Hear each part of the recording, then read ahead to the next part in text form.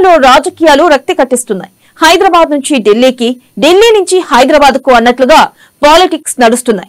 మరోవైపు ఏ సమయంలో ఏ నేత అరెస్ట్ అవుతారనే టెన్షన్ కూడా అలానే కనిపిస్తుంది. కేటీఆర్ అరెస్ట్ అవుతారనే ప్రచారం జరుగుతుంటే కాదు రేవంత్ పొంగులేటిలను అరెస్ట్ చేపిస్తానంటూ హస్తినలో చక్కర్లు కొడుతున్నారు కేటీఆర్. ఇందుకే తెలంగాణ రాజకీయం ఏం జరుగుతుంది, ఏం జరగబోతుంది, ముందుగా ఎవరు అరెస్ట్ అవుతారు?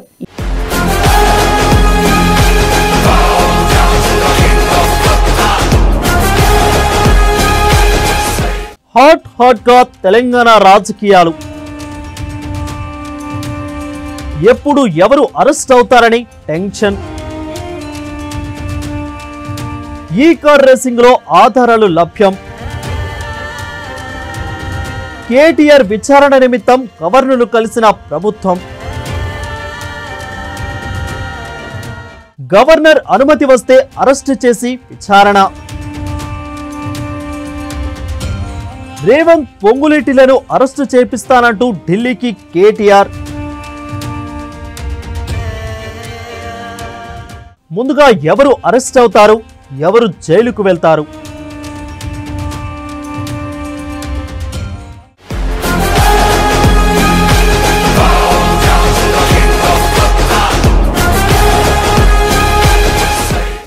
తెలంగాణ రాజకీయాల్లో గత కొన్ని రోజులుగా హాట్గా నడుస్తున్నాయి.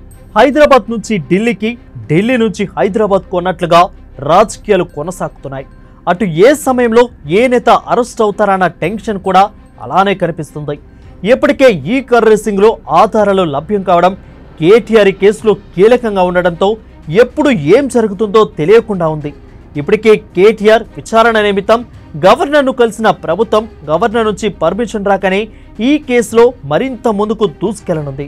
ఇక మరోవైపు ఇటీవలే మంత్రి పొంగులేటి రాష్ట్రంలో బాంబులు పేలబోతున్నాయంటూ సంచలన వ్యాఖ్యలు చేశారు.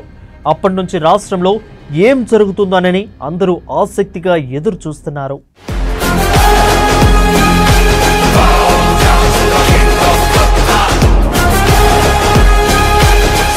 గత వారం రోజులుగా తెలంగాణ రాజకీయాలతో ఢిల్లీలో వాతావరణం ఒక్కసారిగా వేడెక్కింది.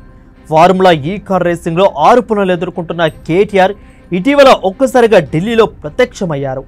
రేవంత్ పొంగులేటిని జైలుకు పంపిస్తానంటూ ఆయన ఢిల్లీకి చేరుకున్నారు. ఓ టెండర్ల అంశంపై కేంద్ర మంత్రికి ఫిర్యాదు చేశారు. అయితే ప్రతిపక్ష నేతగా కేటీఆర్ ఫిర్యాదు చేసినంత మాత్రాన కేంద్రం వారిద్దరిపై యాక్షన్ కు దిగుతుందా అంటే అది అనుమానాలే కలిగించే అంశమే అని చెప్పాలి. కేవలం ఒక్క పథకాన్ని తీసుకొని అందులో అక్రమాలు జరిగాయని ఆరోపిస్తే కేటీఆర్ మాటలను కేంద్రం కూడా ఏ మేరకు నమ్ముతుందా అన్నది తెలియకుండా ఉంది. కేటీఆర్ ఫిర్యాదు చేసినంత మాత్రాన వారిద్దరిని జైలుకు పంపించారనే విషయం కేటీఆర్ కు తెలియదా అని విశ్లేషకులు మాట్లాడుకుంటున్నారు.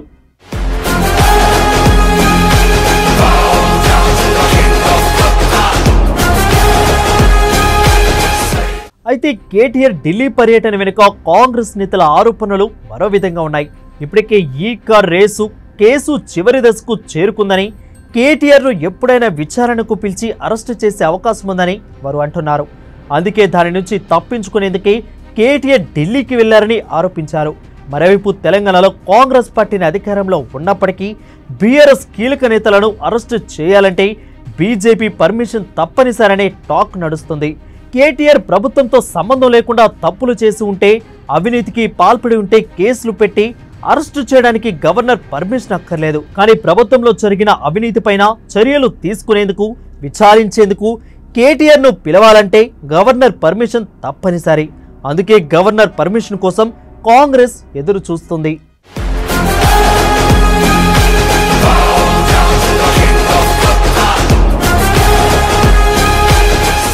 ఫార్ములా ఈ కారు రేస్ వ్యవహారంలో 55 కోట్లు ఆర్థిక శాఖ అనుమతులు లేకుండానే విదేశీ కంపెనీలకు మళ్లించారు. వాటికి సంబంధించి ఎలాంటి లెక్కపత్రం లేకుండా పోయింది. కేవలం నోటి మాటగా కేటీఆర్ మున్సిపల్ ప్రిన్సిపల్ సెక్రటరీకి చెబితే వాటిని రిలీజ్ చేశారు. అందుకే కేసులో కేటీఆర్ను విచారించేందుకు కాంగ్రెస్ అగ్రెసివ్గా ముందుకు సాగుతుంది.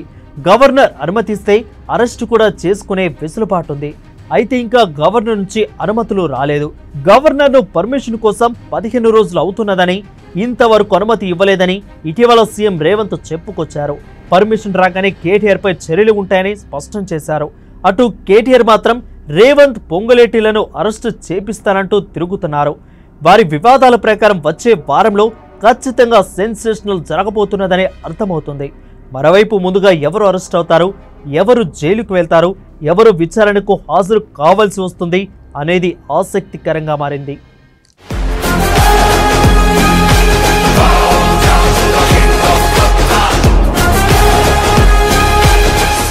ఎవరు జైలుకు వెళ్తారు,